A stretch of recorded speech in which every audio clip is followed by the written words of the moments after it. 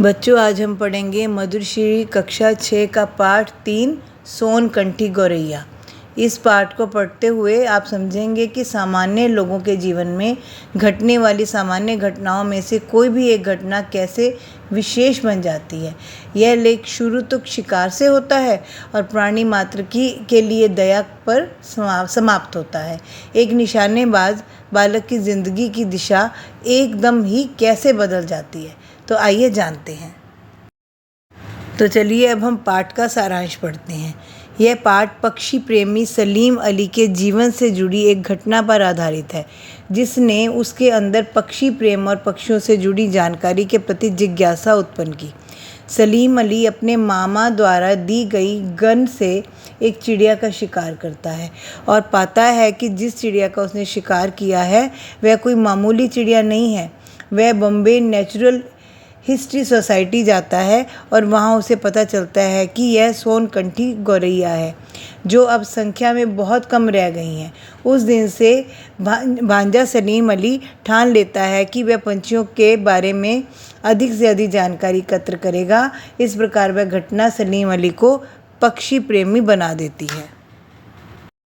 चलिए अब हम कठिन शब्दों के अर्थ करते हैं। शिकारी शिकार करने वाला, निशानची निशाना लगाने वाला, सटीक सही, यारी दोस्ती, मुकाबला प्रतियोगिता, माहिर कुशल निपुण चतुर, चिड़ीमार चिड़ियों का शिकार, मुंडेर छत के चारों ओर उठी हुई दीवार, चस्का शौक, पशोपेश दुविधा में, दुर्लभ कठिनाई से प्राप्त होने वाला, झड़ी लगाना लगातार होना, कौतूहल जिज्ञासा, संरक्षण सुरक्षा देना, अध्ययन किसी विषय पर गहराई से ज्ञान प्राप्त करना, अनूठा अनोखा, शोध अनुसंधान, रत्ती भर जरा सा, जीवनी जीवन की कथा। आगे हम कुछ मौखिक प्रश्नों के उत्तर करते हैं। मामा ने भांजे को क्या खरीद कर दिया? मामा ने भांजे को एक गन खरीद कर दी। निशाना साधने के लिए किन किन चीज़ों का प्रयोग किया जाता था? निशाना साधने के लिए पत्थर और गुलेल का प्रयोग किया जाता था। शिकारियों के घरों की दीवारों पर किस प्रकार के फ़ोटो टंगे होते थे? शिकारियों के घरों की दीवारों पर शिकार किए गए जानवरों के साथ मूँछों पर ताव देते फ़ोटो टंगे होते थे। शिकार के बाद भांजे को क्या समझ नहीं आ रहा था? भांजा जिस शिकार को गौरैया समझ रहा था, करीब से देखने पर यह समझ नहीं आया कि वह कौन सी चिड़िया है। भांजा बड़ा होकर किस क्षेत्र का विशेषज्ञ बना? भांजा बड़ा होकर पक्षी क्षेत्र का विशेषज्ञ बना। आगे हम लघु उत्तरीय प्रश्न करते हैं। 16 आना सटीक निशान लगाने से आप क्या समझते हैं? ये शब्द किसके लिए प्रयोग किए गए हैं? उत्तर है 16 आना सटीक निशान लगाने का अर्थ बिल्कुल सही निशाना लगाना है। ये शब्द भांजे की गन के लिए प्रयोग किए गए हैं। दूसरा प्रश्न है, पक्षी देखते ही भांजे की और भांजे का निशाना देखकर लोगों की क्या प्रतिक्रिया होती थी? अपने शब्दों में लिखिए। उत्तर है, पक्षी देखते ही भांजा दौड़कर अपनी गन निकाल लाता और पक्षी पर निशाना साधता। भांजे का निशाना देखकर लोग तालियां बजाते। तीसरा प्रश्न है, गौरैया के शिकार के बाद मामा किस परेशानी में पड़ गए? उत्तर है, गौरैया के शिकार के बाद जब उसे मामा को दिखाया गया तो उन्हें भी यह समझ नहीं आया कि वह कौन सी चिड़िया है। मामा इसी परेशानी में पड़ गए कि भांजे को चिड़िया के बारे में क्या बताएं। पाठ की किस घटना से पता चलता है कि भांजे की पक्षियों में रुचि है? उत्तर है, भांजे ने जिस चिड़िया का शिकार किया था वह गौरैया नहीं थी, इसलिए भांजा मामा से बार बार पूछ रहा था कि वह कौन सी चिड़िया है। इस घटना से पता चलता है कि उसकी पक्षियों में रुचि थी। अब हम आगे पढ़ेंगे दीर्घ उत्तरीय प्रश्न।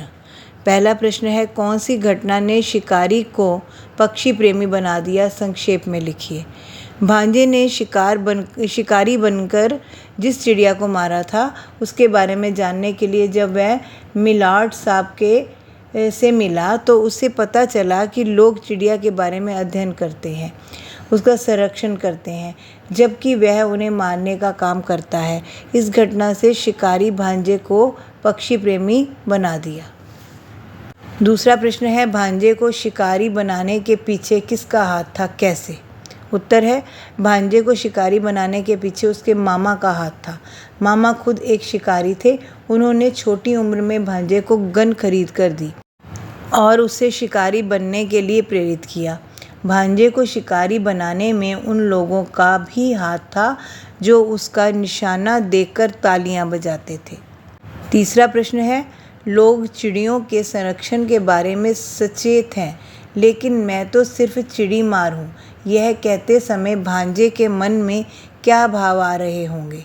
उत्तर है, लोग चिड़ियों के संरक्षण के बारे में सचेत हैं, लेकिन मैं तो सिर्फ चिड़ी मार हूँ।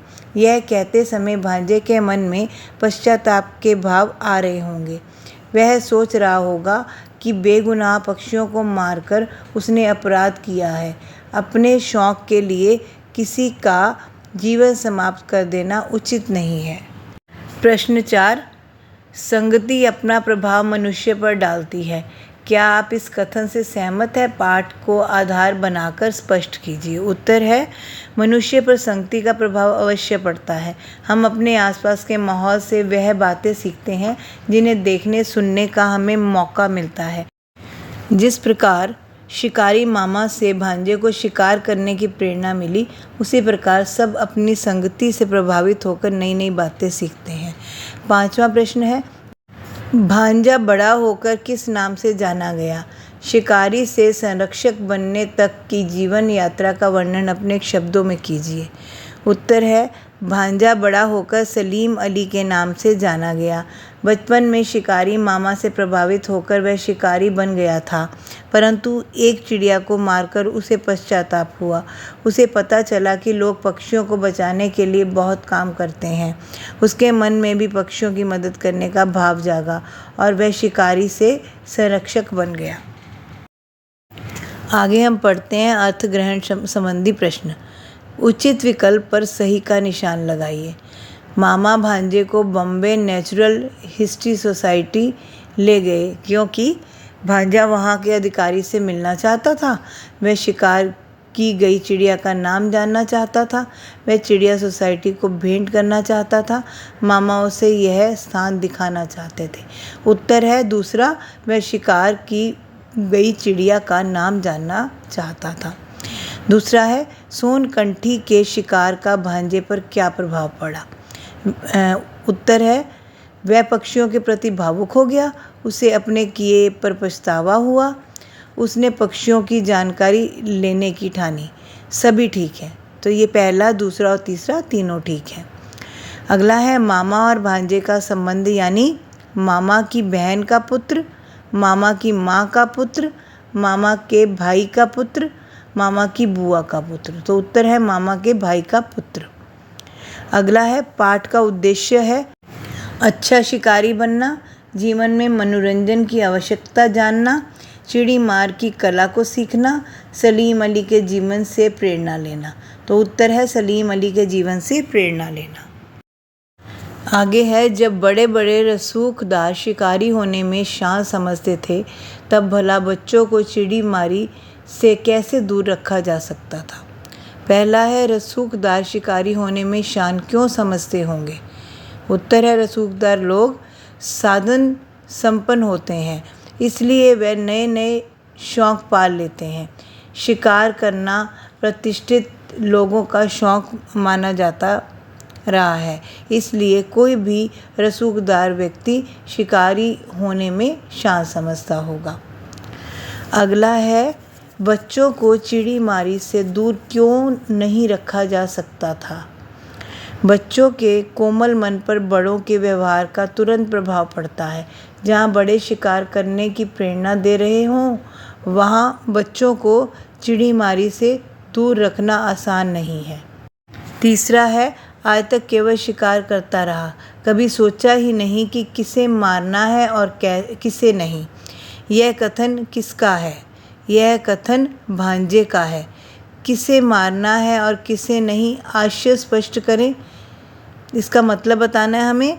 किसे मारना है और किसे नहीं का आशय यह है कि भांजा बिना सोचे समझे पक्षियों पर निशाना साधता रहा। उसने यह नहीं सोचा कि किसी बेगुनाह को मारना अनुचित है। उसने कभी यह विचार नहीं किया कि हमें केवल अपने बचाव के लिए ही किसी पर आक्रमण करने का अधिकार प्राप्त है। हमें अपने शौक के लिए किसी को पीड़ा देने का अधिकार नहीं मिला हुआ है। अब आगे है व्यवहारिक और परिस्थिति जन्य भाषा। भाषाई घटक पहला है सही क्रिया रूप लिखकर वाक्य पूरे कीजिए। आखिर इस चिड़िया को क्या नाम देना जा, तो क्या आएगा, दिया जाए। अगला है शोध के बाद पक्षियों को छोड़ डैश था, दे जा, दिया जाता। क्या आएगा, दिया जाता। शोध के बाद पक्षियों को छोड़ दिया जाता था। एक विशेष प्रजाति है जो संख्या में बहुत कम रह जाना। क्या आएगा, रह गई। एक विशेष प्रजाति है जो संख्या में बहुत कम रह गई। ऐसे बहुत से पक्षी हैं जो हर बार विदेश से भारत आना, क्या आएगा, आते हैं। गौरैया की मौत ने उनके पूरे जीवन का निर्माण करना देना, क्या आएगा, कर दिया।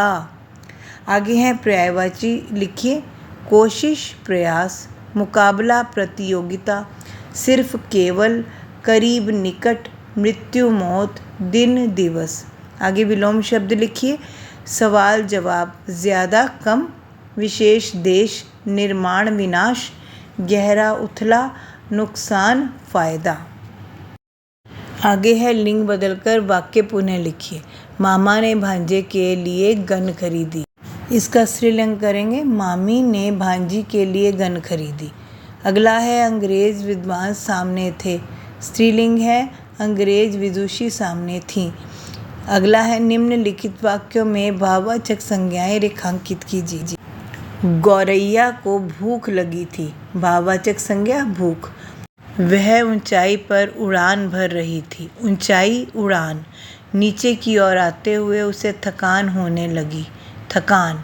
नीचे खेतों की हरियाली देखकर उसे चैन आया। हरियाली, चैन, ये सब भाववाचक संज्ञाएं हैं।